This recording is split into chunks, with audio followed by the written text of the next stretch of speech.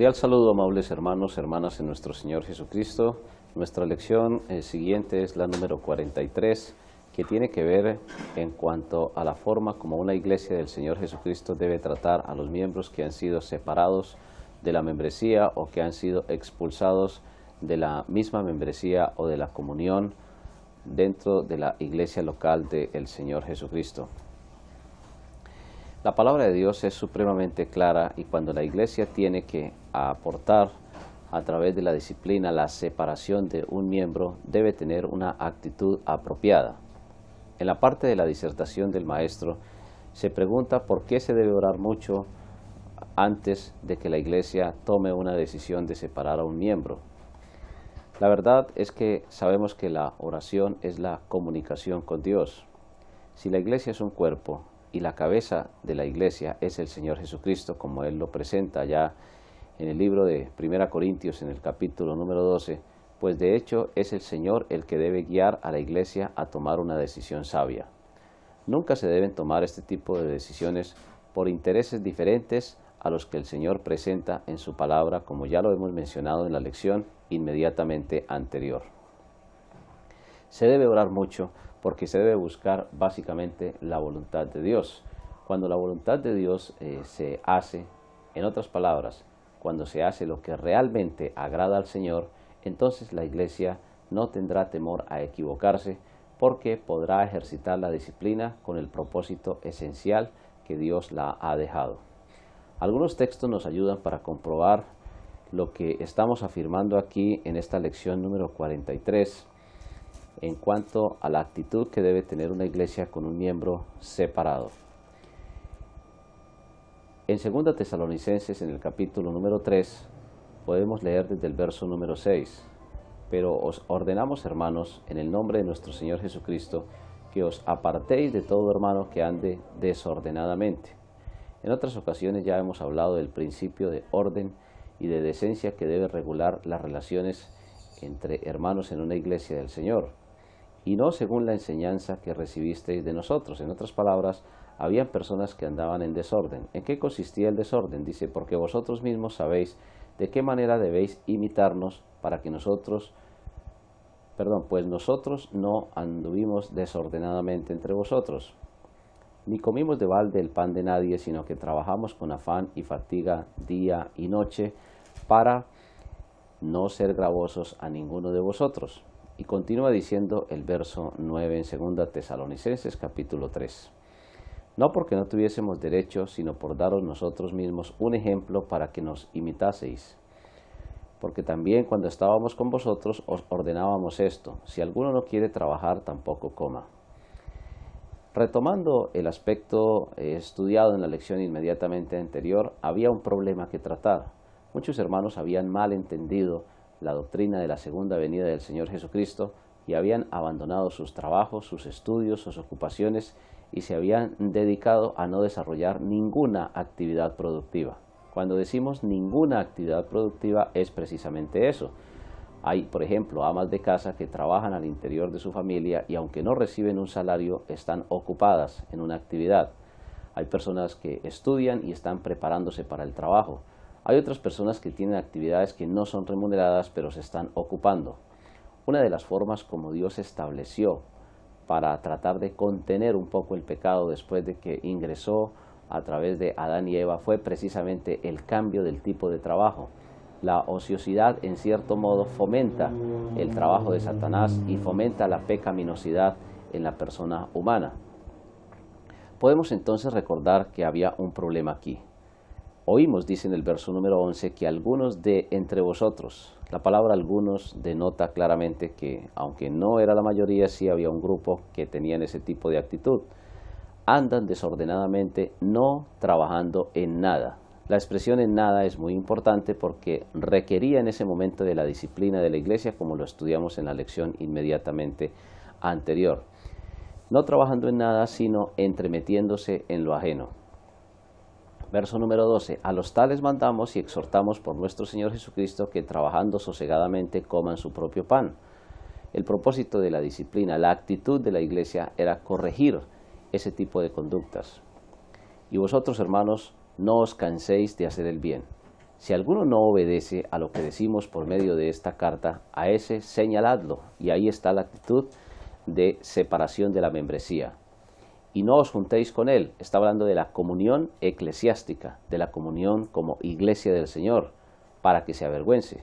Verso número 15 viene la parte central de la lección. Mas no lo tengáis por enemigo, sino amonestadle. La palabra griega allí de amonestación tiene que ver con una prevención. Siempre que se amonesta a una persona se le está previniendo, y aquí se les estaba previniendo con relación a no desarrollar ninguna actividad productiva. No lo tengáis por enemigo, sino amonestadle como a hermano. En otras palabras, había que prevenirle las consecuencias de no desarrollar ningún tipo de actividad productiva. Hermanos y hermanas en el Señor Jesucristo, claramente entonces se nos enseña aquí que se debe orar mucho, y los móviles, es decir, los motivos que deben controlar a todo miembro de la iglesia, debe ser simplemente la amonestación en la ley de Cristo, en el amor del Señor. Cuando una iglesia no ejecuta su capacidad de ejercitar disciplina en amor, sino simplemente lo hace por cumplir un requisito más, o simplemente lo hace para cumplir algunos intereses o para buscar algunos intereses diferentes a la gloria de Dios, necesariamente esa iglesia se estará equivocando en el desarrollo de la disciplina correctiva. Hermanos y hermanas, el proceso es claro. Siempre hay que amonestarle a la persona previamente. No se debe ejecutar un juicio de disciplina sin haber hablado previamente con la persona. Hay ocasiones en que hay actos públicos excesivamente bochornosos, borracheras y todo este tipo de cosas. Es muy aconsejable hablar primero con el hermano, invitarle a que se corrija, a que se reconcilie con Dios y con la iglesia. Por eso es que siempre al terminar cada servicio se hace una invitación, porque cada primer día de la semana es muy importante reflexionar sobre lo que ha sucedido la semana inmediatamente anterior. ¿Por qué se busca unanimidad de los miembros al aplicar disciplina a un miembro? Porque en muchas ocasiones el asunto de la disciplina ha causado divisiones en la iglesia. Hay cosas que son solamente rumores, hay cosas que se han desarrollado pero no se pueden probar. Entonces hay que tener mucho cuidado al momento de ejercitar la disciplina, porque la iglesia del Señor se puede destruir a veces por no hacer las cosas de una manera sabia o por no cumplir el proceso que Dios ha encomendado a su iglesia previamente. ¿Cómo deben ser tratados los miembros expulsados? La Biblia es supremamente clara. No lo tengáis por enemigo. La verdad es que podemos ir al libro de Gálatas en el capítulo número 6 para recordar algunos aspectos centrales, hermanos, en cuanto a la forma como debemos tratar a una persona disciplinada. Hermanos, Gálatas capítulo 6 en el verso número 1. Si alguno fuere sorprendido en alguna falta, vosotros que sois espirituales, restauradle con espíritu de mansedumbre. Nosotros sabemos que la mansedumbre es un producto, o mejor, es un fruto del Espíritu Santo. Mansedumbre, considerándote a ti mismo, no sea que tú también seas tentado. Sobrellevad los unos a los otros, dice la palabra del Señor, las cargas, y cumplid así la ley de Cristo. La ley de Cristo es la ley del amor. Si me amáis, obedeced mis mandamientos. Un mandamiento nuevo os doy, que os améis unos a otros. No dice la Biblia unos contra otros, sino dice unos a otros. Es una reciprocidad. Es el mismo amor, es el amor de Dios que fluye a través de nuestros corazones hacia otras personas y de otras personas hacia nosotros. Los cargueros antiguos, es decir, estamos hablando de las épocas bíblicas cuando no había camiones, no había tractomulas, no habían vehículos de transporte ni férreo, ni aéreo, ni ningún tipo de transporte de estos modernos, pues sencillamente las personas llevaban en muchas ocasiones las cargas sobre las espaldas de los animales o sobre las espaldas de las personas. Entonces, cuando un carguero iba por el camino y encontraba a otra persona que también venía cargando, llevando una pesada carga sobre sus espaldas, la práctica común era que el uno descargaba sobre el otro sus espaldas, o mejor, se colocaban de espaldas y la carga del uno descansaba sobre el otro y así sucesivamente. Es lo que Dios está diciendo. Todos llevamos pesadas cargas en nuestra vida y en la iglesia sencillamente llegamos a encontrar la palabra de Dios, llegamos a encontrar refrigerio, llegamos a encontrar una palabra de consuelo. Que a veces hay abusos en el amor cristiano es cierto, que a veces se abusa del compañerismo cristiano, inclusive desafortunadamente inmiscuyéndose en asuntos en los que no se deberían inmiscuir las personas. Por eso aquí en el texto que acabamos de leer, en 2 Tesalonicenses, en el capítulo número 3, encontramos que habían personas que definitivamente se ocupaban era de asuntos que no les pertenecían, porque la ociosidad fomenta el pecado. Hay que repetir siempre hasta la saciedad que el Señor cuando regrese, si regresa mientras estemos vivos aquí terrenalmente, nos debe encontrar trabajando, nos debe encontrar realizando actividades para su gloria, porque es una forma como Dios estableció la manera de tratar de contener un poco la maldad, el pecado. Sabemos que está avanzando a pasos agigantados, que las profecías en cuanto al avance de la maldad se van cumpliendo de una manera paulatina, pero de una manera certera. De tal forma, mis apreciados hermanos, hermanas en nuestro Señor Jesucristo, que una iglesia del Señor debe fomentar la enseñanza del trabajo, de la ocupación, o si no, de lo contrario, habrá que aplicar la disciplina cuando la persona no se ocupa en nada. Hay que enfatizar esa parte porque a veces culturalmente se usan aplicaciones diversas a ese texto y no es bueno hacerlo. Hay personas que trabajan en sus hogares y no reciben, repetimos, un salario, pero están trabajando, se están dedicando a la preparación, a veces inclusive teológica o a veces otro tipo de preparación para sus trabajos futuros. Así que la actitud es la actitud de amonestar, de prevenir, de ayudarle a esa persona, de restaurar. La gloria de Dios es porque Dios es el único que puede trabajar. La palabra gloria significa manifestación. Dios se manifiesta en la vida de un creyente en Cristo cuando el creyente se corrige, se autodisciplina o es disciplinado por la iglesia. No es para la gloria del pastor ni es para la gloria de ningún ser humano. Es sencillamente para la gloria de Dios. La pureza de la iglesia y la disciplina están íntimamente relacionadas.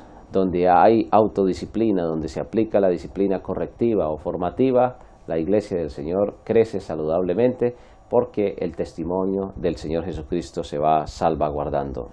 El bien espiritual del disciplinado y la disciplina es el propósito esencial.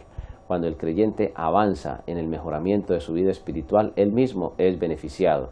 Su estilo de vida será de bendición a su propia familia y a la comunidad.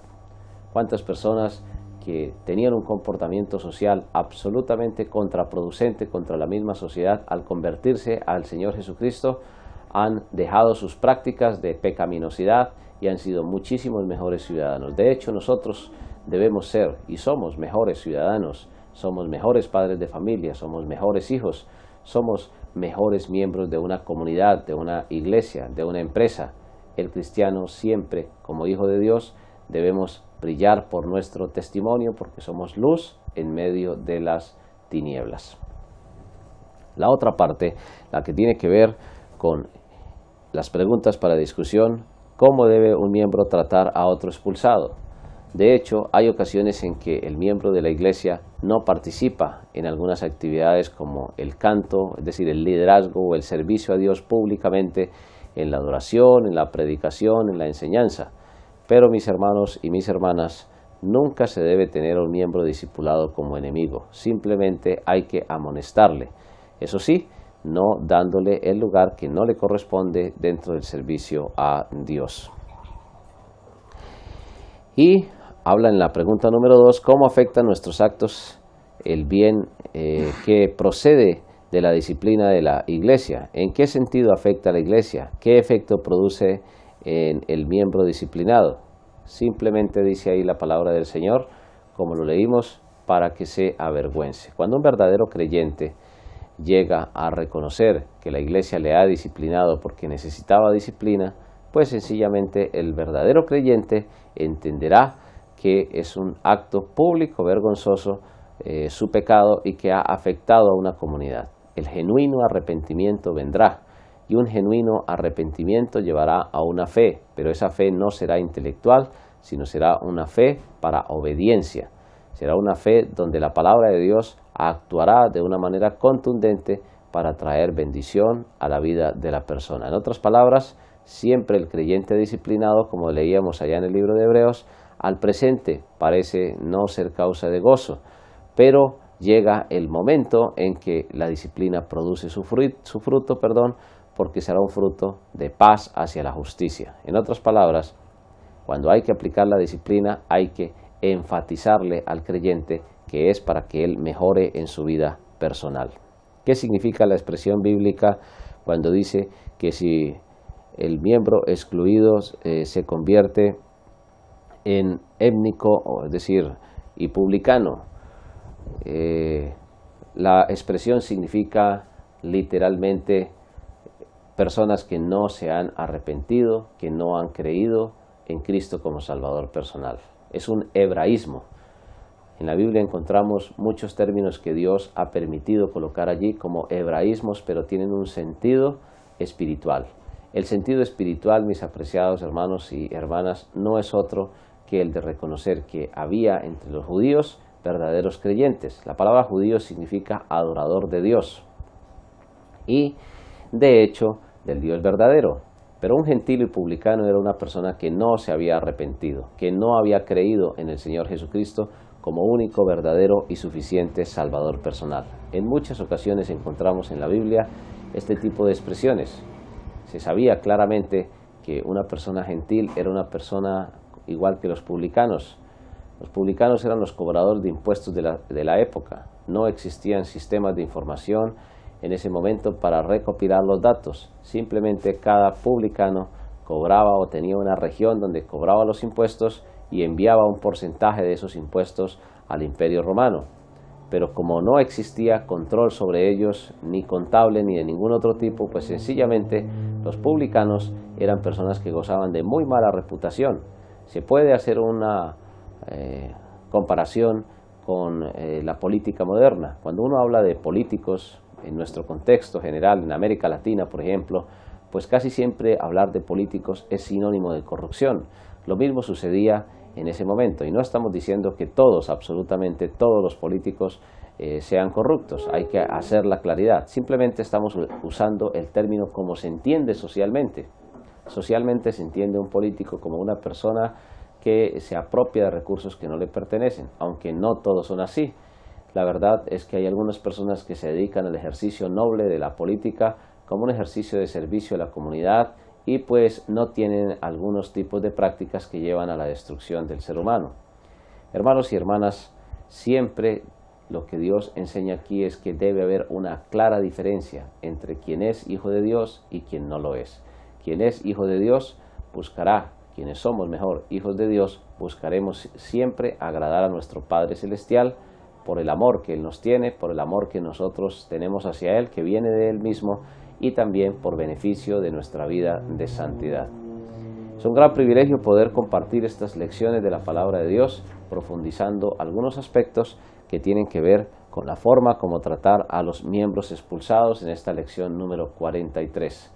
Siempre debe haber un proceso de mucha oración, de mucha búsqueda de sabiduría espiritual y nunca precipitarse a realizar actividades que traigan en determinado momento perjuicio a la iglesia del Señor.